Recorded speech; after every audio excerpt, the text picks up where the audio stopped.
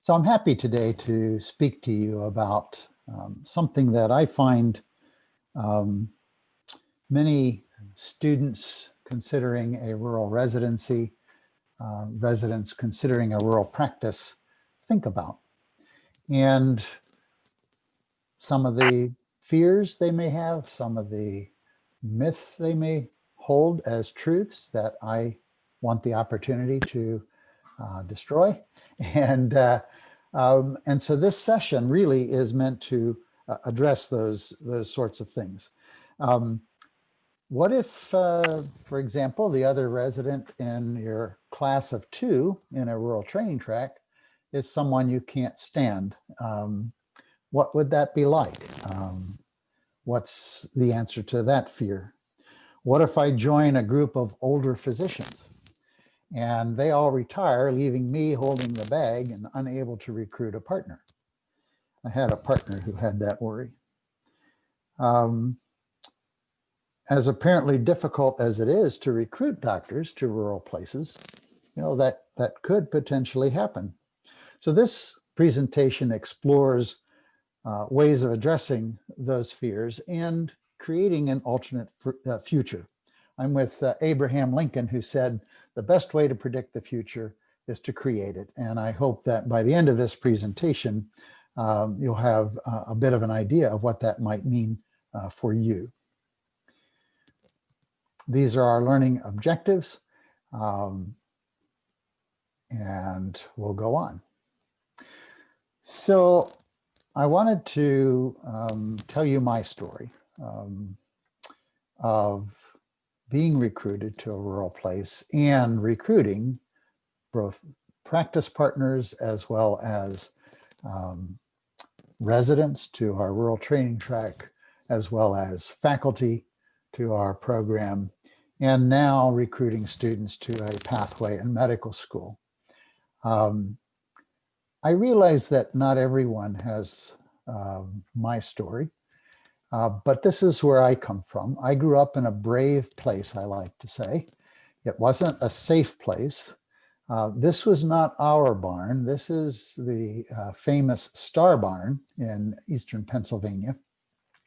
It was right across the road from our family's farm, which was much less impressive.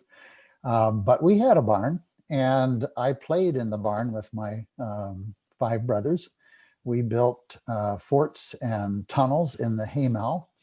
And I remember the day my brother, younger brother, fell over 2 stories through a hay hole into the manure of a bullpen below.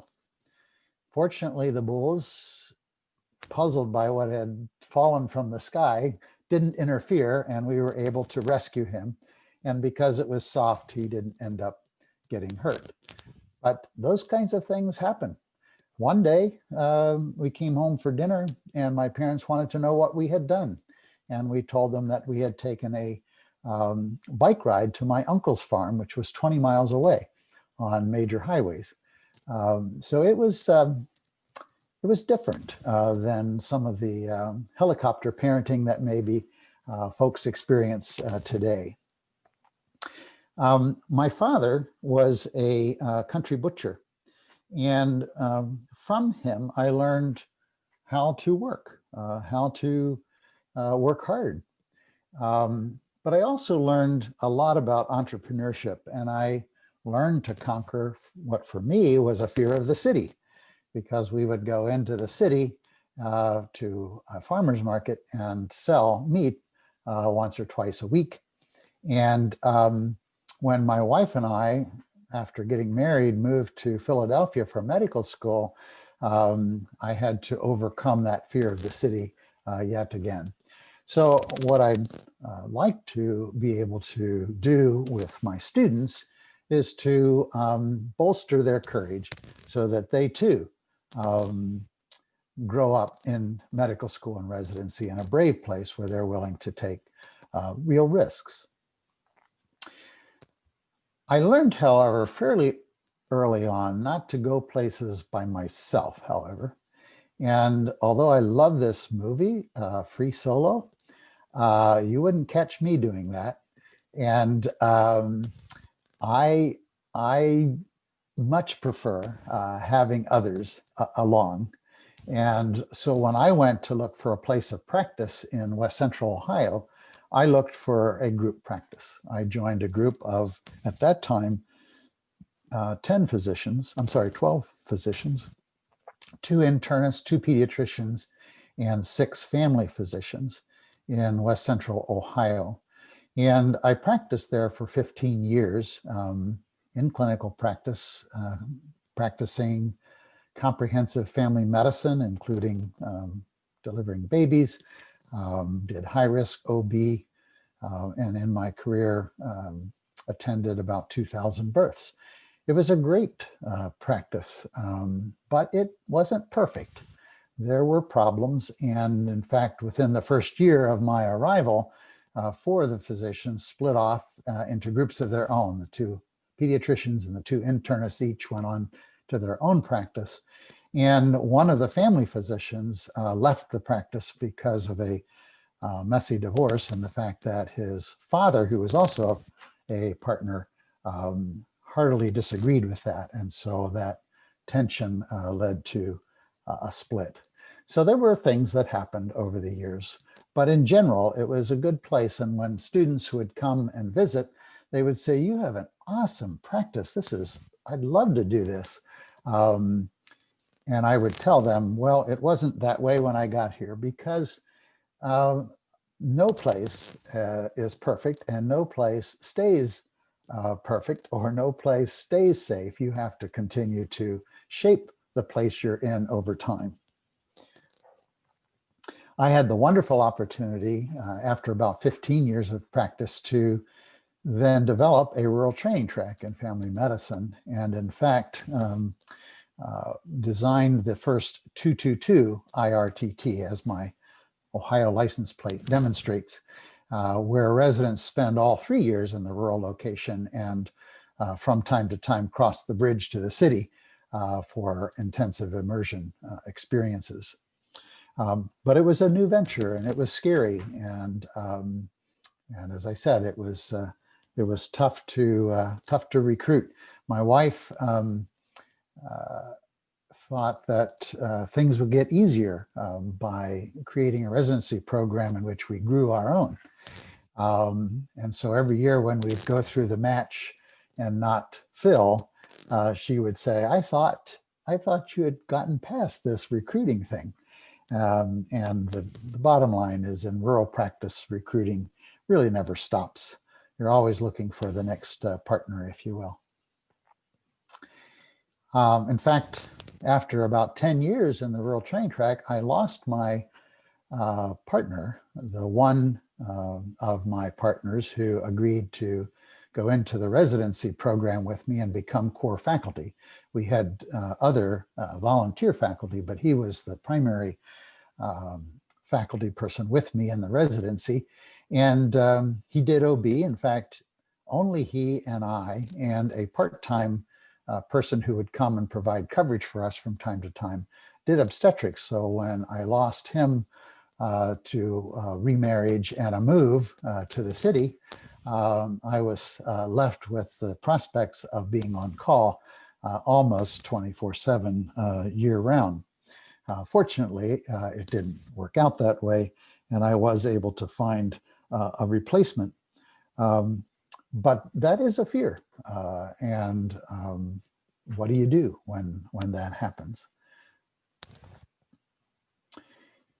I also discovered that there's something about a pair. These are 4 of our residents at graduation for 2 of them. And I won't tell you who's who, but I can tell you that they were interesting pairs.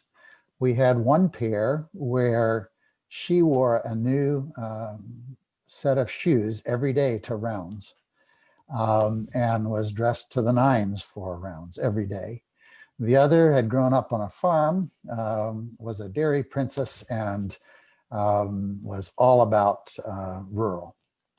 The next year, we had 2 residents who likewise, one was very invested in having a nice house And when she graduated, bought a huge house that I'm sure cost them $500,000. She, on the other hand, her partner, on the other hand, always came to rounds in a sweatshirt or scrubs.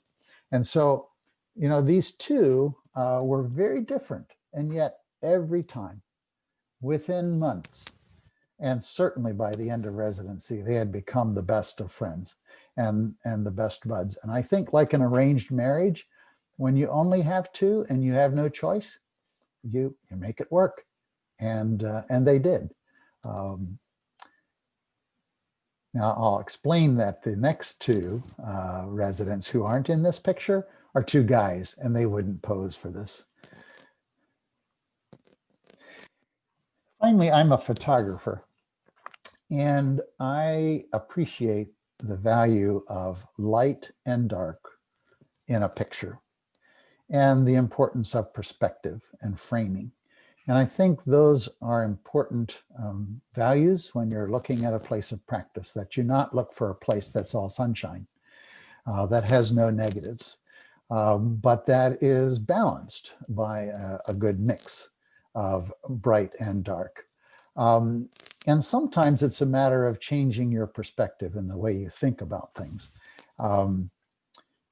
Here's a different perspective of autumn leaves. It's closer up. And it has its own advantages. One picture is not necessarily better than the other, but you might like one better than the other. Here's another picture. These are pictures I took on my photography staycation this year because I wasn't able to go to the Grand Canyon as I had planned. And so I stayed around Athens, Ohio, and had a great time getting some shots. And here's a great blue heron on the Hocking River. And you can see the light and dark. But here's another frame of that, which I sort of like. I'm still not happy with the helter-skelter brush that he's sitting on. But it's a different frame and a different way of looking at things. And I think that ability to reframe life and challenges is really important. There is no perfect practice. There is only better, not best. And one can find and create beauty and meaning in even the most desolate place. So I have some tips for you as you look to explore either a residency or a practice. The first is make sure you inform yourself of the many options. I think one thing that restricts individuals thinking around these challenges is they think of rural practice in one way or a rural residency in one way, and they really have little idea of the marked diversity that's out there and the many, many options. For example, job share. There was a place in Colorado that was having trouble recruiting a doctor, and they finally recruited two doctors to one job. One doctor would live there for 6 months and then spend the other 6 months doing deep sea diving off the coast of Australia. And the other would then work for 6 months and then take 6 months off to do mission work in Africa. So they worked it out, though that town had at least one doctor all the time. You may be the only doctor, but you don't have to be the lonely only. And no matter how lonely a place you go, except for one county in Texas, apparently, which has no doctors and no people either, just cattle. If you go to a place that's really sparsely populated, there are other people. And my best friend over my years of practice was actually the middle school principal, or elementary school principal, I'm sorry. And it was a great friendship because we had different perspectives to share over the things that we were challenged by. And with the internet and social media and such, there's no reason to feel isolated like the doctor of 100 years ago. you're never really alone, and seek out colleagues beyond medicine and also beyond your local community. Predict the future by creating it. As I said, you may join a practice that's one way and someone leaves or people join, things change. It's really up to you to shape that practice. You could respond to deteriorating conditions by simply leaving, but then that community has one less doctor. And in fact, a doctor, even half-time doctor, is better than no doctor at all. And there are ways to accomplish that and set boundaries around and protect the personal life that you need. Craft a package for yourself as you think ahead to either residency or practice that will not only attract you, but will attract others. One of the reasons I joined Oak Hill Medical Associates in West Central Ohio is that they had a sabbatical policy. And every year you acquired 2 months sabbatical time that you could use to further your education or provide service to others. And so we had physicians spending as much as a year on a Navajo reservation. Another spent time for a month at a time in Haiti. Another went back and actually completed a fellowship in cardiology and started our intensive care unit.